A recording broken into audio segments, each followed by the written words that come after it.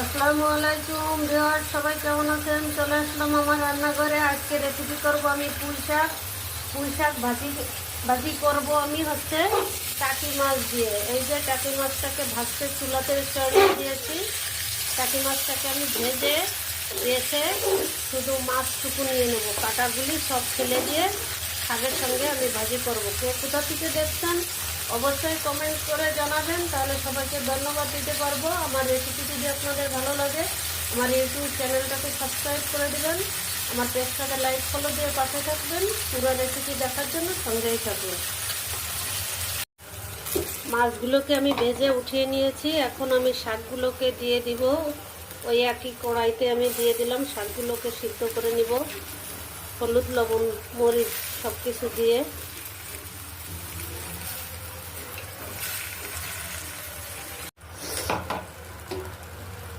এই যে কড়াইতে আমার শাকটা দেওয়া হয়ে গেছে।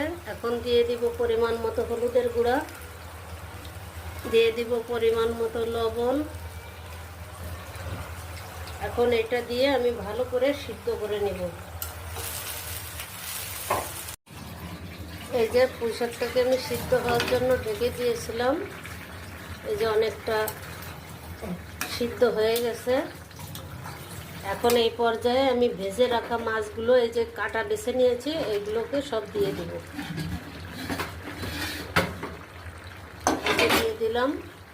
এটা দিয়ে এখন আমার শাকটা রান্না হতে থাকবে, আরও পানিটা শুকানো পর্যন্ত, শাকটা পুরাপুরি সিদ্ধ হওয়া পর্যন্ত।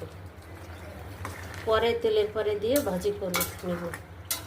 দেখুন কি করি। এই যে পুঁই শাকটা আমার সিদ্ধ হয়ে গেছে, পানিটাও শুকিয়ে গেছে। এখন এটাকে আমি তেলের পরে দিব,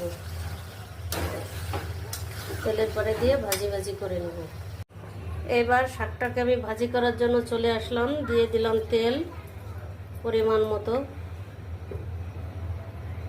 এখন ভাজি করার সময় তেলটা একটু বেশি লাগবে, এই জন্য আমি এই তেলটা দিয়ে দিলাম।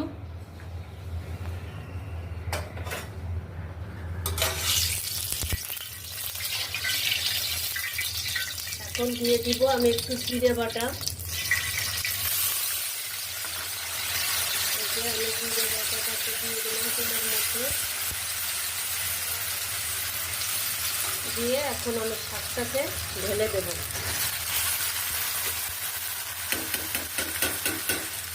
এখন আমি ভাজি করে নামিয়ে আপনাদের দেখাবো কেমন হলো। এই যে হয়ে গেল